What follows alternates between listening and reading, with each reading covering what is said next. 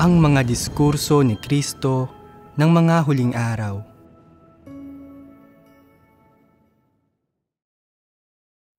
Mga salita sa pagkilala sa sarili. Sipi. Madalas na mayroong ilang negatibong kalagayan sa kalooban ng tao.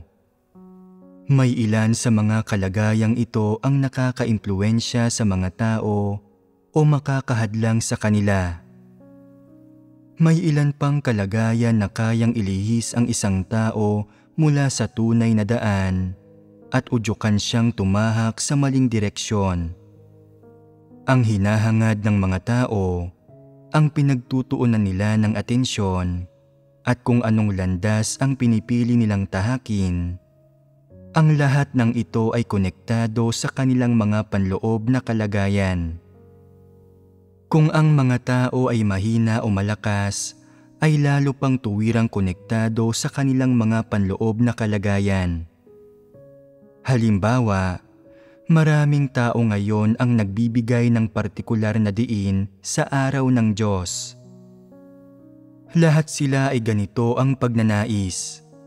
Nananabik sila para sa mabilis na pagdating ng araw ng Diyos, nang sa gayon ay mapalaya nila ang kanilang sarili mula sa pagdurusang ito, sa mga karamdamang ito, sa pag-uusig na ito, at sa iba pang uri ng pasakit. Iniisip ng mga tao na kapag dumating na ang araw ng Diyos, maaalis na ang pasakit na dinaranas nila ngayon, na hindi na sila muling daranas ng mga paghihirap, at na magtatamasa sila ng mga pagpapala. Kung nais ng isang taong maunawaan ang Diyos o hangarin ang katotohanan mula sa ganitong uri ng kalagayan, magiging napakalimitado ng kanyang pag-usad sa buhay. Kapag may nangyari sa kanyang anumang kabiguan o mga hindi kanais-nais na bagay, ang lahat ng kahinaan, ang pagiging negatibo, at ang pagiging mapaghimagsik sa kalooban niya ay lalabas. Kaya, kung ang kalagayan ng isang tao ay abnormal o hindi tama, ang mithiin ng kanyang paghahangad ay hindi rin magiging tama at tiyak na magiging marumi.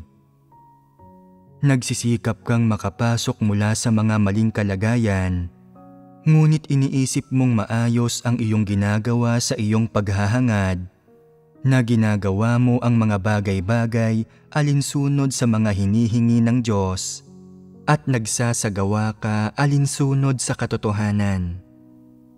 Hindi ka naniniwala na sumalungat ka sa mga pagnanais ng Diyos o lumihis sa mga layunin niya. Maaaring ganito ang maramdaman mo, ngunit kapag ang ilang hindi kaaya-ayang pangyayari o kapaligiran ay nagdudulot sa iyo ng ilang pagdurusa, nasasaling ang mga kahinaan mo at ang mga bagay na minamahal mo at hinahangad sa kaibuturan ng puso mo, ikaw ay magiging negatibo. Ang mga inaasam at pangarap mo ay mauuwi sa wala, at ikaw ay likas na magiging mahina.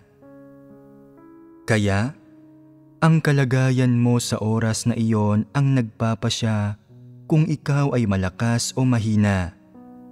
Sa ngayon, maraming tao ang nakakaramdam na sila ay may kalakasan, na sila ay mayroong kaunting tayog, at na sila ay mas mayroong pananampalataya kaysa dati.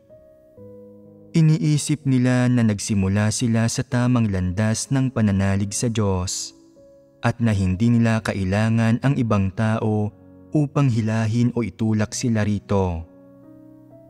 Sa kasong ito, bakit sila nagiging negatibo o mahina kapag nahaharap sila sa ilang kapaligiran o sa mga paghihirap?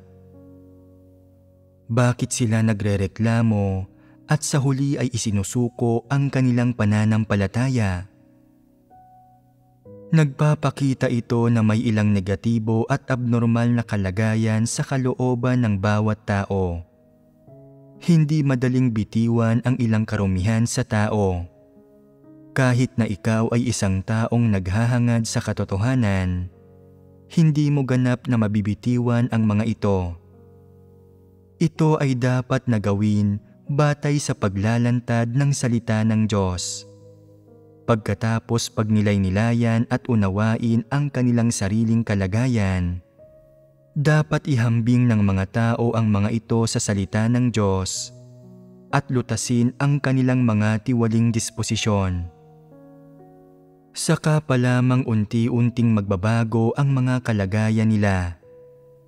Hindi ito ang kaso na kapag binasa ng mga tao ang mga salita ng Diyos at naunawaan ang kanilang mga kalagayan, agad-agad nila itong mababago. Hanggat ang mga tao ay madalas na nagbabasa ng mga salita ng Diyos, nakikita ang kanilang sariling kalagayan ng malinaw at nananalangin sa Diyos at nagsisikap tungo sa katotohanan. Kung gayon, kapag nagbubunyag silang muli ng katiwalian o kapag sila ay nasa isang abnormal na kalagayan sa hinaharap, makikilala nila ito at magagawa nilang manalangin sa Diyos at gamitin ang katotohanan upang lutasin ang problema at ang kanilang maling kalagayan ay mababaligtad at unti-unti silang makakapagbago.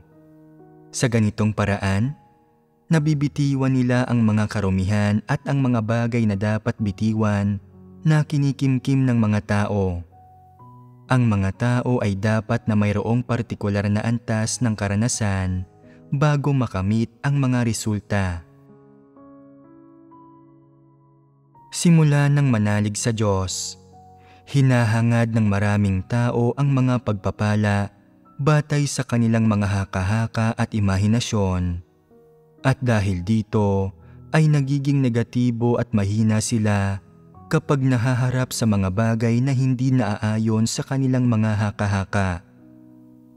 Nagsisimula silang pagdudahan ang Diyos at nagkakaroon pa nga ng mga haka-haka o maling akala tungkol sa Kanya.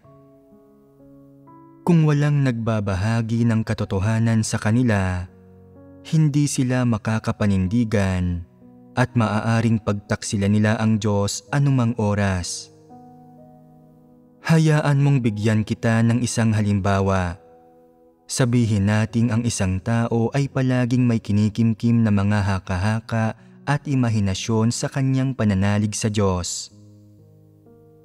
Naniniwala ang taong ito na basta tinatalikuran niya ang pamilya niya at ginagawa ang tungkulin niya, iingatan siya at pagpapalain ng Diyos at kakalingain ang buhay ng pamilya niya at na ito ang dapat na gawin ng Diyos. Pagkatapos, isang araw ay may nangyari sa kanya na hindi niya ninanais. Nagkasakit siya. Ang mamuhay kasama ang pamilyang nagho-host sa kanya ay hindi kasing komportable nang kung siya ay nasa sarili niyang tahanan at marahil ay hindi siya naaalagaan ng husto nang nagho-host sa kanya.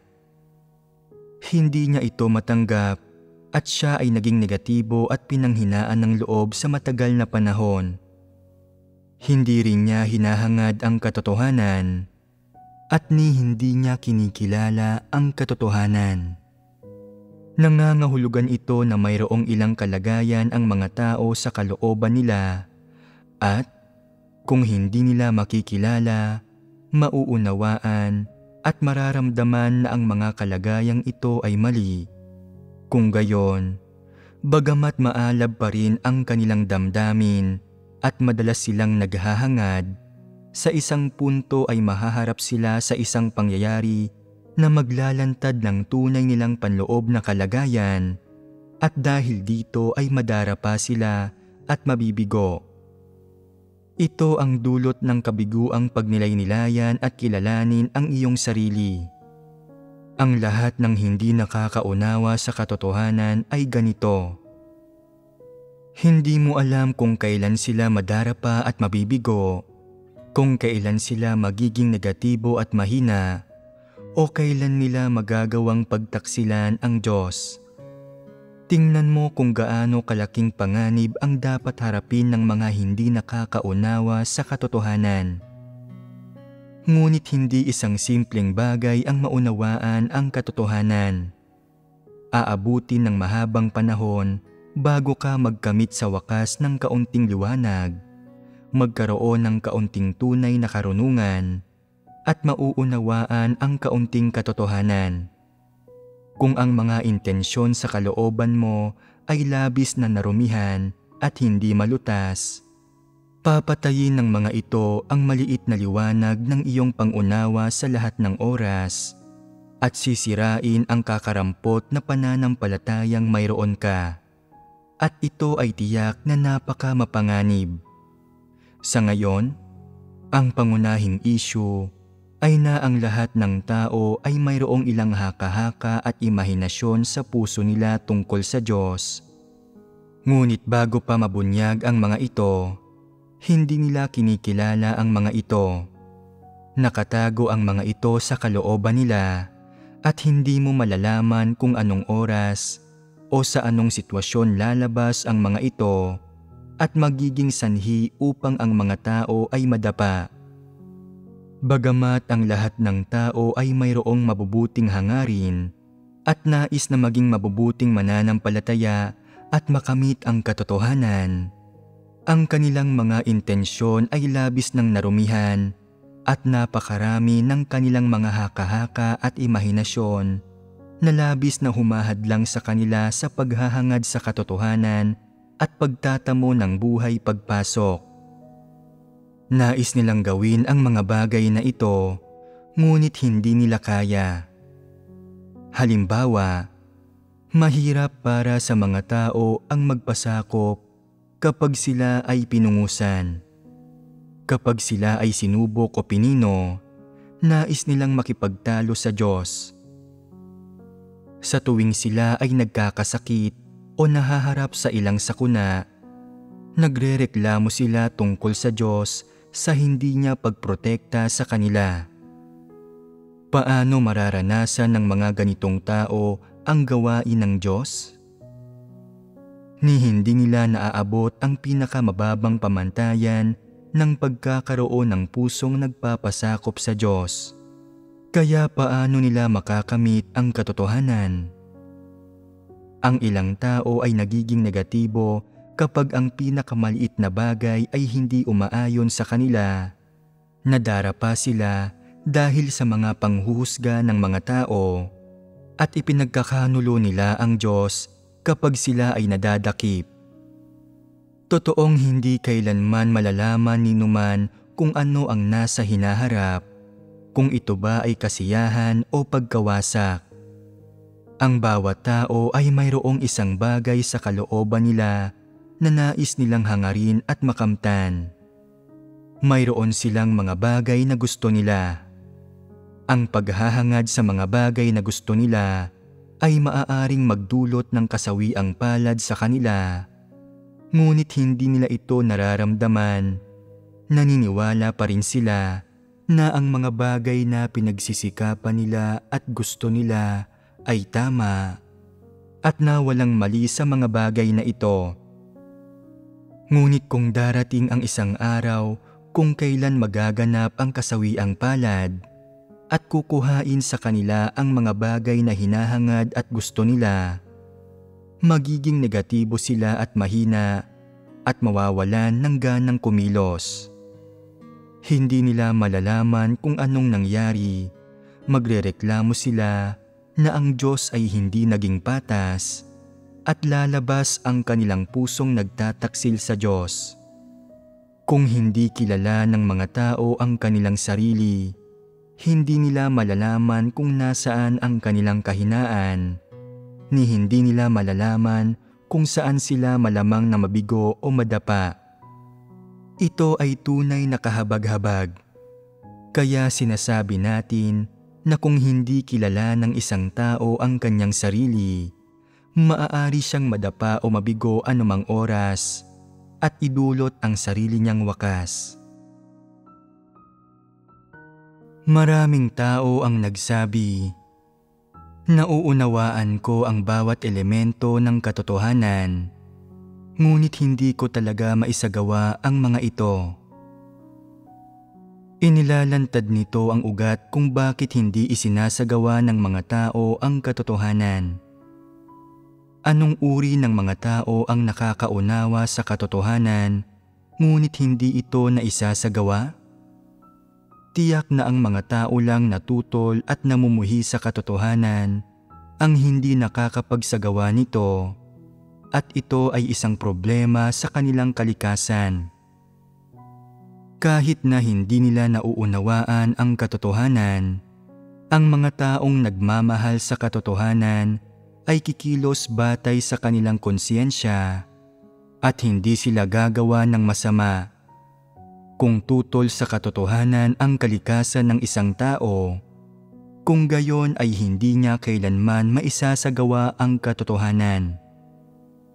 Ang mga taong tutol sa katotohanan ay nananalig lang sa Diyos upang magkamit ng mga pagpapala, hindi upang hangarin ang katotohanan at magkamit ng kaligtasan. Kahit na gawin nila ang kanilang mga tungkulin, hindi ito alang-alang sa pagkakamit sa katotohanan, kundi ganap na upang magkamit ng mga pagpapala. Halimbawa, ang ilang tao na inuusig at hindi makabalik sa kanilang mga tahanan ay nag-iisip sa kanilang puso, ako ay inuusig at hindi makabalik sa aking tahanan dahil sa aking pananalig sa Diyos. Balang araw ay bibigyan ako ng Diyos ng isang mas maayos na tahanan. Hindi hahayaan ng Diyos na maging walang saysay ang pagdurusa ko. O, kung nasaan man ako, bibigyan ako ng Diyos ng makakain at hindi niya ako hahayaang lumakad sa isang daang walang patutunguhan.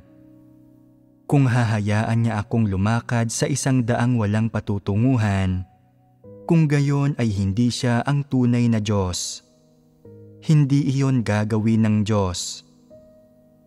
Hindi ba't umiiral ang gayong mga bagay sa kalooban ng tao? May ilang tao ring nag-iisip, tinalikuran ko ang pamilya ko upang gugulin ang sarili ko para sa Diyos, at hindi ako dapat na ihatid ng Diyos sa mga kamay ng mga nasa kapangyarihan. Naghangad ako ng may maalab na damdamin, dapat akong pangalagaan at pagpalain ng Diyos. Labis tayong nananabik sa pagdating ng araw ng Diyos, kaya ang araw ng Diyos ay dapat na dumating sa lalong madaling panahon. Dapat tuparin ng Diyos ang mga ninanais ng tao. Maraming tao ang nag-iisip ng ganito. Hindi ba ito ang labis-labis na pagnanais ng tao? Ang mga tao ay palaging humihingi ng labis-labis sa Diyos. Palaging iniisip, tinalikuran namin ang aming mga pamilya upang gawin ang aming mga tungkulin, kaya dapat kaming pagpalain ng Diyos. Kumilos kami alinsunod sa mga hinihingi ng Diyos, kaya dapat kaming gantimpalaan ng Diyos. Maraming tao ang nagkikimkim ng ganoong mga bagay sa puso nila, bagamat naniniwala sila sa Diyos. Nakikita nila ang ibang tao na lumalayo sa mga pamilya nila at itinatakwil ang lahat ng bagay upang gugulin ang sarili nila para sa Diyos nang walang kahirap-hirap, at iniisip nila, iniwan nila ang mga pamilya nila ng ganoong katagal na panahon. Paanong hindi sila nakararamdam ng pangungulila? Paano nila ito napagtatagumpayan? Bakit hindi ko ito mapagtagumpayan? Bakit hindi ko mabitiwan ang pamilya ko, asawa at mga anak? Bakit mahabagin ang Diyos sa kanila at hindi sa akin? Bakit hindi nagkakaloob ang banal na espiritu ng biyaya sa akin o hindi nananahang kasama ko? Anong kalagayan ito? Ang mga tao ay lubhang walang katwiran. Hindi nila isinasagawa ang katotohanan at pagkatapos ay nagrereklamo sila tungkol sa Diyos at hindi nila ginagawa ang dapat nilang gawin.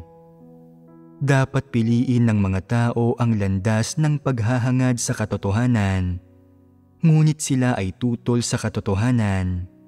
Nananabik sila sa mga kasiyahan ng laman at palagi nilang sinisikap na magkamit ng mga pagpapala at magtamasa ng biyaya habang nagrereklamo na ang mga hinihingi ng Diyos sa tao ay sobra-sobra. Palagi nilang hinihingi sa Diyos na maging mahabagin sa kanila at napagkalooban sila ng mas marami pang biyaya at nahayaan silang makaramdam ng kasiyahan ng laman. Sila ba ay mga taong tapat na naniniwala sa Diyos? Iniisip nila, tinalikuran ko ang pamilya ko upang gawin ang tungkulin ko at labis na akong nagdusa.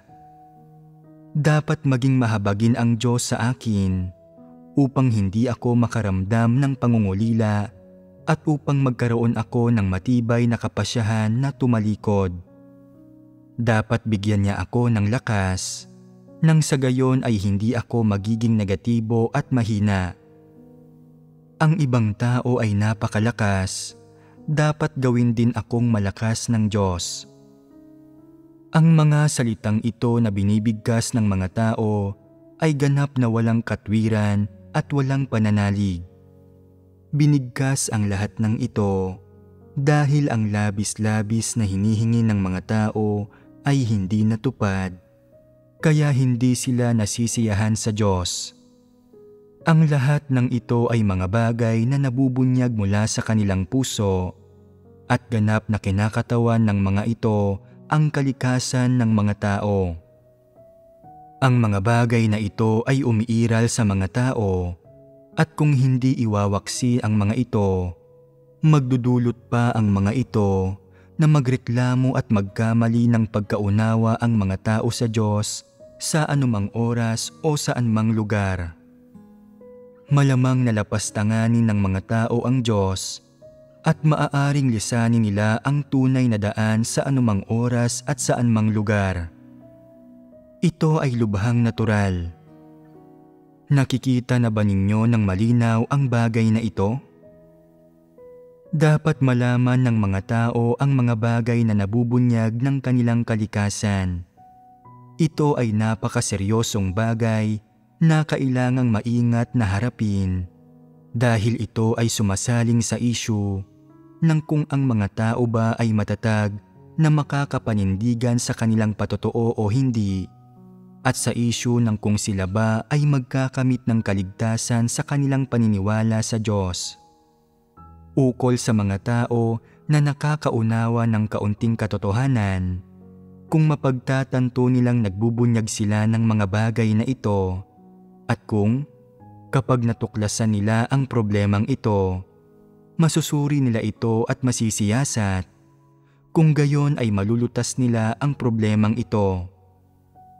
Kung hindi nila mapagtatanto na ibinubunyag nila ang mga bagay na ito, kung gayon ay walang paraan upang malutas nila ang problemang ito at maghihintay na lamang sila sa paglalantad ng Diyos o sa pagbubunyag ng mga katunayan. Hindi pinahahalagahan ng mga taong hindi nagmamahal sa katotohanan ang kahalagahan ng pagsusuri sa sarili. Palagi silang naniniwala na ito ay isang bagay na hindi mahalaga at palalayawin ang kanilang sarili habang iniisip, ganito ang lahat ng tao. Ang kaunting pagrereklamo ay hindi malaking issue. Patatawarin ito ng Diyos at hindi ito maaalala ng Diyos. Hindi alam ng mga tao kung paano magninilay-nilay sa sarili o paano hahanapin ang katotohanan upang lutasin ang mga problema. Hindi nila maisasagawa ang anuman sa bagay na ito. Silang lahat ay magulo ang isip at talagang tamad at umaasa at mahilig magpantasya. Nananabik sila. Isang araw ay magdudulot ang Diyos ng lubusang pagbabago sa amin. At pagkatapos ay hindi na kami magiging tamad na gaya nito. Kami ay magiging ganap na banal at titingalain namin ang giting ng Diyos. Ito ay isang isipin na hindi kapanipaniwala at hindi talaga ito makatotohanan. Kung nasasambit ng isang tao ang ganitong uri ng haka-haka at imahinasyon pagkatapos na makarinig ng napakaraming sermon, kung gayon ay wala siyang kaalaman ukol sa gawain ng Diyos at hanggang sa araw na ito, hindi pa rin niya nakikita ng malinaw kung paano inililigtas ng Diyos ang mga tao. Ang ganitong mga tao ay lubos na ignorante. Bakit ang sambahayan ng Diyos ay palaging nagbabahagi tungkol sa pagkilala sa sarili at pagkilala sa disposisyon ng Diyos? Ito ay napakahalaga para sa bawat tao. Kung talagang nakikita mo ng malinaw kung paano inililigtas ng Diyos ang mga tao, kung gayon ay dapat mong ituon ang iyong pansin sa pagkilala sa sarili mo at dapat mong madalas na pagnilay-nilayan ang sarili. Saka ka pa lamang magkakaroon ng tunay na buhay pagpasok. Kapag napagtanto mo na ikaw ay naglalantad ng katiwalian, magagawa mo bang hanapin ang katotohanan? Magagawa mo bang manalangin sa Diyos at maghimagsik laban sa laman? Ito ay kinakailangan para sa pagsasagawa ng katotohanan at ito ay isang mahalagang hakbang. Kung sa lahat ng nangyayari sa iyo at sa lahat ng ginagawa mo ay kaya mong magkaroon ng kamalayan ukol sa kung paano magsasagawa sa paraang naaayon sa katotohanan, magiging madali para sa iyo na isagawa ang katotohanan at magkakaroon ka ng buhay pagpasok. Kung hindi mo magagawang makilala ang sarili mo, paano uusad ang buhay mo? Kung kahit gaano ka pa kanegatibo at kahina, hindi ka nagninilay-nilay sa sarili at hindi mo kinikilala ang sarili mo o hindi ka nananalangin sa Diyos, kung gayon ay pinatutunayan lamang nito na hindi mo minamahal ang katotohanan, na hindi ka isang taong naghahangad sa katotohanan, at na hindi mo kailanman makakamit ang katotohanan. Inisip ng ilang tao dati, nananabik kami sa mabilis na pagbagsak ng malaking pulang dragon at umaasa kami na ang araw ng Diyos ay darating ng mabilis. Hindi ba't mga lehitimong kahilingan ang mga ito? Ang pananabik ba para sa dagling pagdating ng araw ng Diyos ay hindi katulad sa pananabik para maihatid sa Diyos ang kaluwalhatian sa lalong madaling panahon? Pasimple silang nakakahanap ng ilang magandang pakinggan na mga paraan upang ipahayag ito, ngunit ang totoo, inaasam lamang nila ang mga bagay na ito para sa sarili nila. Ano ang pananabikan nila kung hindi nila ito ginagawa para sa sarili nilang kapakanan? Ang pinananabikan lamang ng mga tao ay ang mabilis silang mapalaya mula sa mga miserableng kapaligiran nila at sa mundong ito na puno ng pasakit. May ilang tao sa partikular na nakikita ang mga pangakong ibinigay dati sa mga panganay na anak na lalaki ng Diyos at mayroon silang labis na pagkauhaw para dito. Sa tuwing nababasa nila ang mga salitang iyon, ito ay tulad ng pagpawi nila sa kanilang pagkauhaw sa pamamagitan ng pagpapantasya. Ang mga makasariling pagnanasa sa kalooban ng tao ay hindi pa lubos na nabibitiwan. Kaya paano mo man hinahangad ang katotohanan, ito ay magiging walang sigla. Maraming tao na hindi hinahangad ang katotohanan ang palaging nananabik para sa pagdating ng araw ng Diyos, nang sa gayon ay maalis na ang kanilang pagdurusa at matamasa na nila ang mga pagpapala ng kaharian ng langit. Kapag hindi ito dumating, labis silang nasasaktan at sumisigaw ang ilan, "Kailan darating ang araw ng Diyos? Hindi pa ako ikinakasal, hindi na ako makakapaghintay pa. Kailangan kong magpakita ng paggalang sa mga magulang ko. Hindi ko na ito kaya. Kailangan ko pa ring magkaanak upang maalagaan nila ako pagtanda ko. Ang araw ng Diyos ay dapat nang magmadali at dumating. Sama-sama nating ipanalangin ito." Paanong nagagawa ng mga taong naghahangad sa katotohanan na sumunod hanggang ngayon nang walang kahit isang reklamo? Hindi ba sila ginagabayan ng salita ng Diyos at sinusuportahan ng salita ng Diyos? Napakaraming karumihan sa kalooban ng mga tao. Magagawa ba nilang huwag tanggapin ang pagpipino? Kung walang pagdurusa, paano sila makakapagbago? Kailangan mapino ang mga tao sa isang partikular na antas at maging handang hayaan ang Diyos na mamatnugot sa kanila nang walang kahit isang reklamo. Iyan ang oras na sila ay lubusang mababago.